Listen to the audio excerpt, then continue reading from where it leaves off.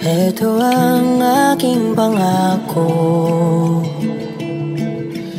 pag-ibig na di maglalaho.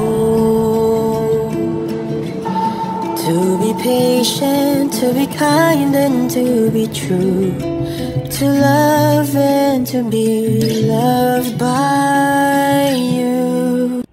Chika Minute, mga reporter! Pinatulan na naman ang chika na magkakateleserye sina Katrina at Donnie. Tanggap ko pa yung PGT or Pilipinas Got Talent dahil magaling si Donnie Pangilinan as judge. Pero yung magkateleserye sina Donnie Pangilinan at Catherine Bernardo, hindi. Hindi, pero panatag ako dahil hindi papayag ang management din dyan. Dahil sikat din ang Don Bell, napakalakas ng tandem nila, ba't nila sisirain pa, di ba? Disclaimer ka muna, please. Disclaimer ka muna.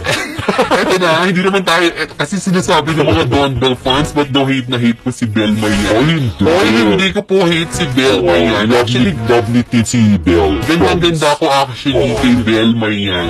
Gustong-gusto ko yung face niya. Sa amon. Oo. Kasi very, alam yung innocent. Yes. Oo. It's just that. Oo.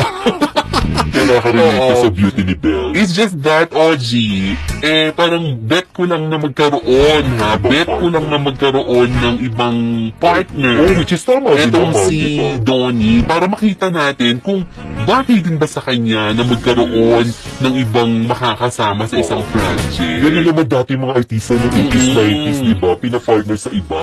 Oo. Ngayon kasi, pagka sinabing love team, hindi ka na pwedeng tumambal sa iba. Kasi yung mga fan niya, si Los. Diba? Nagagalit. So, sino yung gusto mo ang kalab team ni Donnie? Of course, syempre, Catherine Bernardo. Hindi ko naman gusto maging love team talaga. Kasi gusto ko versatile na sila yung pwede sa kahit kaninong i-partner. Gusto ko lang makita kung paano nila Oo, tsaka yung may chemistry ba sila on screen?